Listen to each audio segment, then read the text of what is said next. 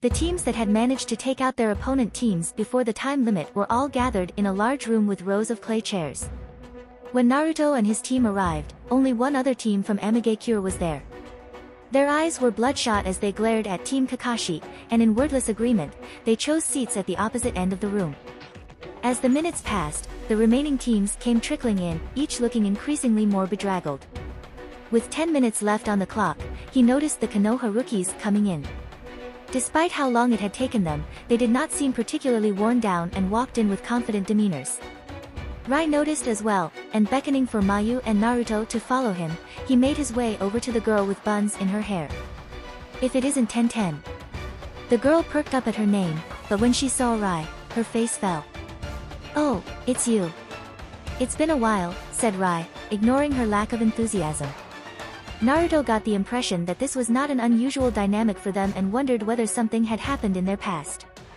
"This is Tenten, guys. These are my teammates, Mayu and Naruto." Mayu shyly smiled at them. "This is Hyuga Niji and Rock Lee," replied Tenten dutifully, gesturing to the two boys besides her. The one with the clear eyes had to be the Hyuga, meaning the one with the bushy eyebrows and the martial arts belt around his waist was Rock Lee. "Nice to meet you." "I am Rock Lee," said Lee, with a flashing grin and a thumbs up. He seemed reasonably friendly, and hadn't reacted at all to Naruto's countenance the way other villagers did. On the other hand, Naruto had never seen him before, so it was possible that the boy was one of the war orphans who'd kept to the orphanage. "You're Kakashi's team, aren't you?" said Niji, glancing at them coolly. Lee visibly perked up. "What? So you are the pupils of Gai-sensei's eternal rival? You will make worthy opponents then." "Is Gai your team leader?" asked Mayu. "Yes," answered Tenten, with a warmer smile for the other girl. "You guys must be the reason why Gai-sensei wanted us to take the exam this year as rookies." Rai raised an eyebrow. "I've never heard of Gai though. Are you sure he and Kakashi-sensei are rivals?" "Are you sure you have never heard of him?" said Lee, his already circular eyes growing even wider than Naruto had thought possible. "He is the strongest jonin in Konoha, with a record of—" "You're Uzumaki Naruto?" interrupted Niji. The whole time, Naruto noted, his pale gaze had not wavered from him. "The one who graduated from the academy 2 years early?" Naruto blinked, he'd never heard anyone refer to him as such. "That's right," he said. "He's our local genius, the kind born only once a generation, yada yada," said Rai, throwing an arm around Naruto. With a sly smile, he added, "Kinda like you Hyuga, I'd say." "A genius," echoed Lee, the words appeared to have struck a chord with him. "I'd like to challenge you to a fight sometime, then." At that, Naruto turned towards Lee, taken aback. "This probably isn't the best venue for a fight," he said mildly. "You'll have to wait for a later test for an opportunity." Niji's eyes narrowed. "You say that like you expect to win." That hadn't been Naruto's intention, but thinking about it, he supposed it was true. "As if Naruto would lose to some rookies like you," scoffed Rai. With that, it seemed Tenten had had enough, for she seized her teammates firmly by the arms. "Will you drop it already? Let's go, guys." Although Lee allowed himself to be dragged away, Niji brushed off Tenten's hand.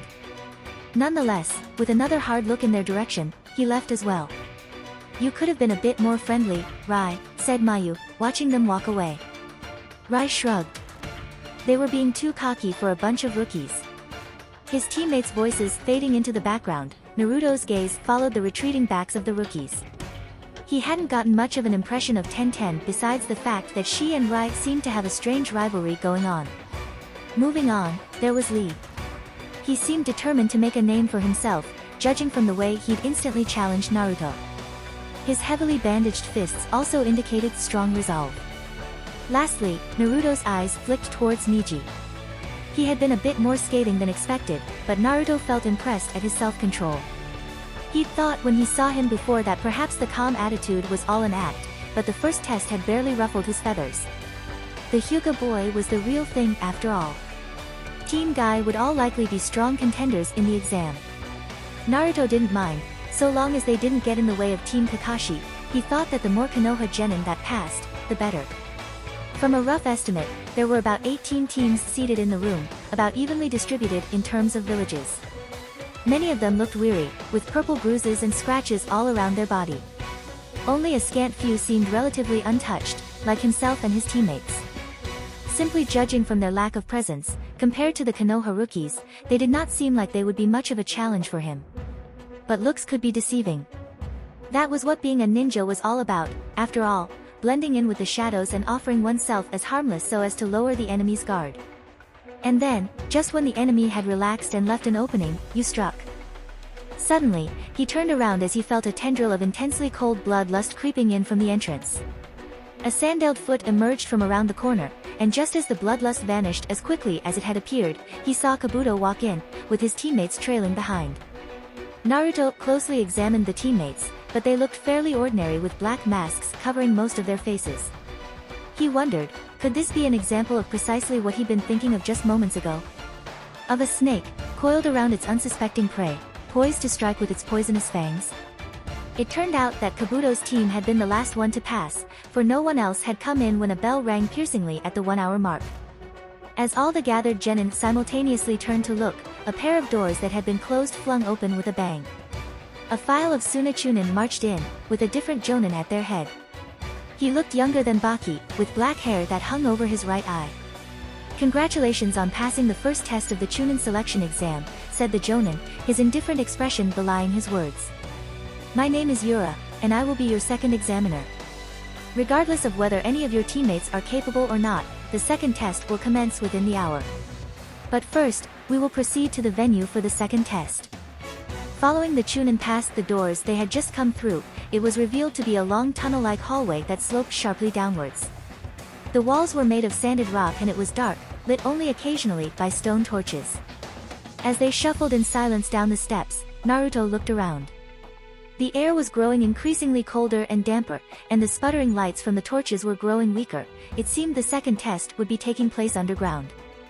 Mayu stumbled beside him, and as Naruto reached out to steady her, he suddenly noticed how pale her face was. "Are you alright?" he asked. He wondered if she had gotten injured during the first test, and whether it would be serious enough to affect them in the second test. "Yeah, I just don't like feeling trapped in small spaces," she said, pulling away from him. Naruto exchanged looks with Rai, who tried to say something to her. She ignored him however, and for the rest of the journey, she didn't talk again. After 20 minutes, the ground finally leveled out again and soon, they emerged into what appeared to be a narrow underground cavern. There were 12 gaping human-sized tunnel holes in the opposite rock wall. A torch burned besides each entrance. Naruto immediately realized the nature of the second test. It was likely going to be some sort of maze. Besides him, Mayu must have come to the same conclusion, for she began to tremble. "I will now explain the details of the second test. And then, before starting, I will need everyone here to sign these agreement forms," said Yura, standing in the middle of the cavern. With a rustling sound, one of the Chunin pulled out a sheaf of papers and began passing them out. "There will be deaths in this test, and it won't be against the rules this time. So if I don't have you sign these, it will become my responsibility." It was silent. "In this test, it will be a survival of the fittest. Each team will enter the maze through a tunnel in the order that they passed the first test. Here are some details about the maze. We are 200 feet below ground level, and if you take the correct path all the way through, it is about 3 kilometers long before ending up at the surface. All the tunnels intersect one another at multiple points. Using whatever weapons and jutsu you have available, your objective will be to obtain 2 team plates.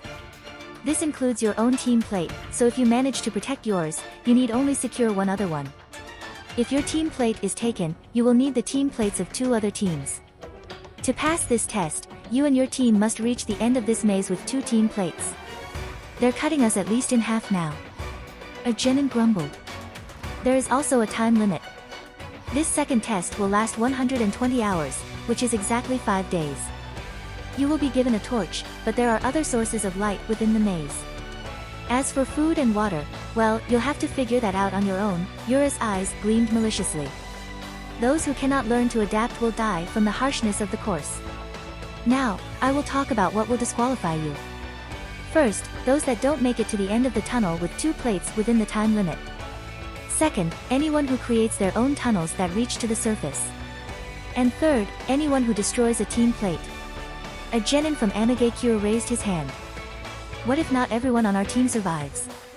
Your objective is to reach the end of the tunnel with 2 plates, said Yura. Even if you are the only surviving member of your team, you will pass if you complete this requirement. He gestured towards a copy of the form in his hand. That is all, so after signing the form as a team, go stand by one of the entrances. 1 team per entrance only.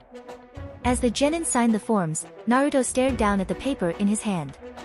The second test was very telling of the remainder of the exam, as well as the code that the shinobi of Suna lived by. It was apparent that for Suna, the accomplishment of a mission took precedence over the lives of the ninja. Failure was not an option. Furthermore, the fact that the entire team was not required for completion of the second test indicated that the third part of the exam, unlike the first 2, would test individuals. The third test would likely pit the remaining contenders against one another in direct battles. Do you think any of these tunnels are easier than the others? Mused Rai. By the time they'd handed in their forms, half the teams had already picked an entrance. They now waited outside one of the tunnels, tensely waiting for the rest. Possibly, said Naruto. But he said that they intersect, so it's unlikely to matter. He looked at Mayu, who had stopped shaking during the explanation but was still pale. He hesitated, searching for the right words. He still wasn't used to comforting people. The tunnel should widen, so it shouldn't be too bad, Mayu. Thanks, she said with a weak smile, but remained quiet. Naruto supposed it could have been worse. Since the team from Amigakure had been the first to pass, they were the first to disappear into the gaping black hole. As the sounds of their footsteps faded, a Chunin examiner walked up to Naruto and his team and marked their team number by the entrance. Rai lifted a torch from its handle. Good luck, Kabuto called out good-naturedly from 2 entrances away. His masked teammates besides him looked at them sullenly. Naruto was spared from having to respond when, just then, Yura gave them the signal to go. Taking a step forward, they walked into the darkness. The light from the cavern behind them quickly faded, and the tunnel began to curve slightly to the right. When they turned the corner, the cavern completely disappeared from view and the only light now came from the torch in Rai's hand. However, the fire was weak and was barely strong enough to light up the path directly in front of them. Naruto wondered how long it would last. The wood was burning slowly but surely, and Naruto estimated that unless the Chunin examiners were going to stroll over and replace them for them, which was extremely unlikely, it would burn out within several hours. Then, they would be left in the pitch dark. Having trained in the dark before, Naruto wasn't worried, but he wondered how Mayu would fare. Do you hear something? Rai suddenly said. Naruto stopped, and listened carefully. Sure enough, he could hear something echoing far ahead. It sounded like dripping. It's probably water. Water? Down here. Remember how we had to climb those mountains to reach Suna, said Naruto patiently. Mountains are just tilted layers of porous sedimentary rocks, and they usually run under the desert. Whenever it rains or snows, they soak into the layers, creating reservoirs of groundwater. The water should be safe to drink too. During his preparation for the exam, Naruto had made sure to put aside a day in the archives to research the prominent geography of Wind Country, and was now glad he'd done so. Well, if you say so, Rai shrugged. So now that the issue of water's solved, what's the plan for food in this maze? There'll probably be some animals that we can eat around here, Mayu said suddenly. As Naruto had predicted, the tunnels had gradually widened in diameter as they walked further inside, and it seemed she felt better with more space around them. I think we should find food and water first, before anything else. Naruto nodded. And after dealing with food, we should find a secure location. It'll be difficult finding somewhere truly hidden inside these tunnels, so we should look for a place with more space to prepare an ambush. For tonight though, we should conserve our energy and just rest. Other teams will be worked up and trying to attack one another first, and they'll be easy pickings for us later on. They picked up their pace, and soon saw a pale blue light in the distance. When they reached the light, they found themselves emerging from the narrow tunnel into a large cavern that was easily 3 times the size of the one they had left before. The ground was clustered with large boulders and the walls were lined with something that was emitting the light. As the other two gawked up at the sheer size, Naruto cautiously went over to the wall. Touching it, he realized what Yura had meant by other sources of light. It was a soft and mossy type of plant that he had never seen before, and it glowed, washing the cavern in watery blue light. All of a sudden, Mayu let out a cry of alarm.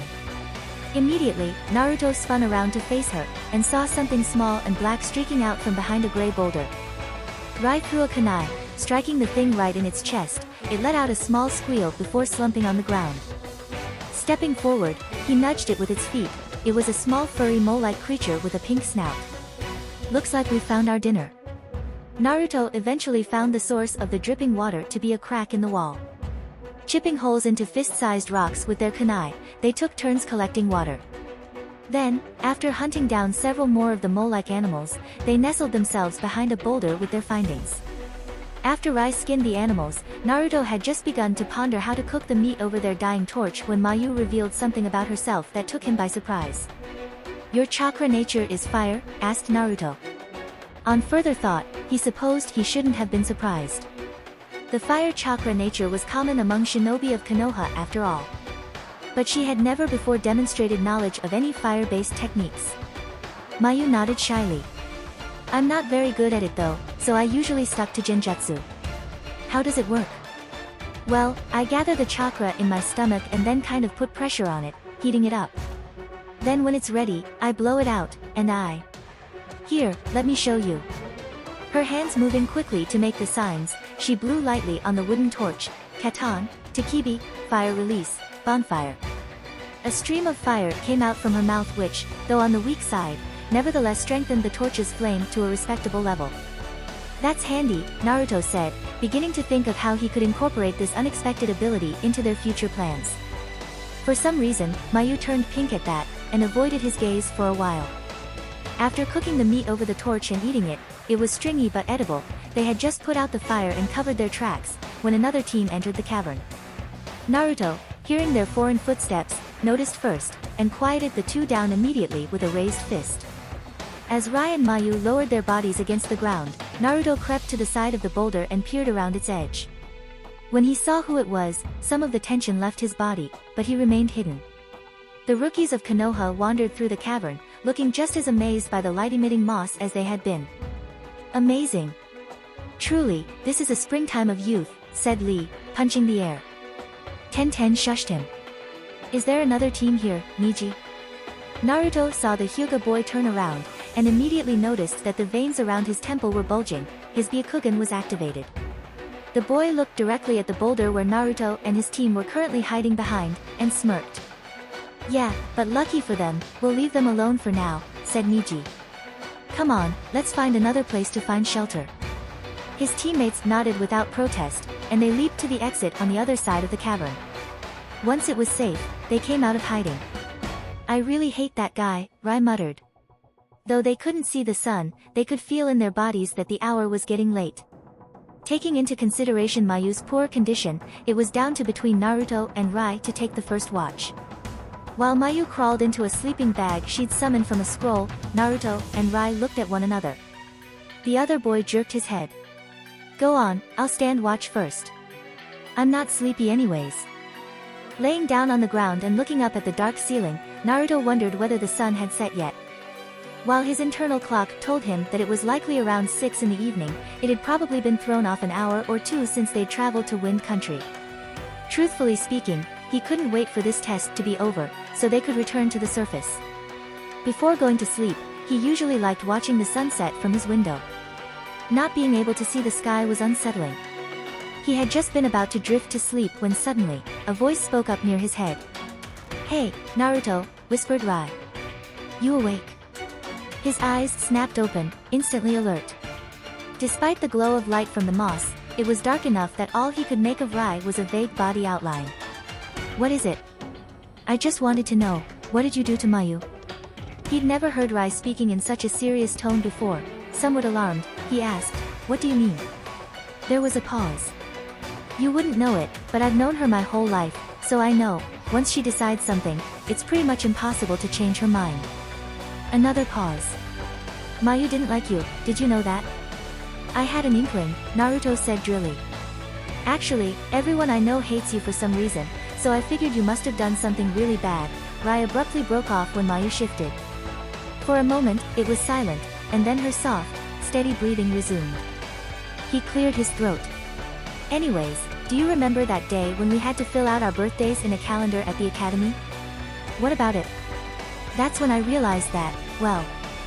Rai hesitated. I guess you already know that you were born on the day of the Ninetales attack. I was really young so I barely remember it, but my parents were killed on that day. And it's stupid, but, you kinda look like a fox with your whiskers, so it used to give me the creeps. Naruto blinked, taken aback despite himself. The Ninetales that he had once wondered as well whether he was an orphan because of that attack. But for some reason, he'd never even considered it as a possible link to the reason behind his ostracization. His head beginning to throb, he massaged his temples, and as such, he almost missed Rai's following words. Still, you know, whatever anyone else says, we definitely wouldn't have made it this far without you. And, Rai added in a grudging tone, I don't know what you did, but I think even Mayu kinda likes you now. With that, Naruto heard Rai rise to his feet and he walked a distance away. All was silent, except for the sound of steady breathing. Naruto lay still.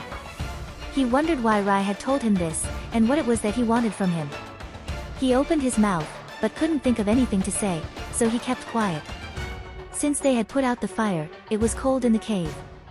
But it also felt just a bit warm. Probably due to the heat emitting from the moss, he thought to himself. If you like this content, don't forget to like and subscribe. See you later, bye bye.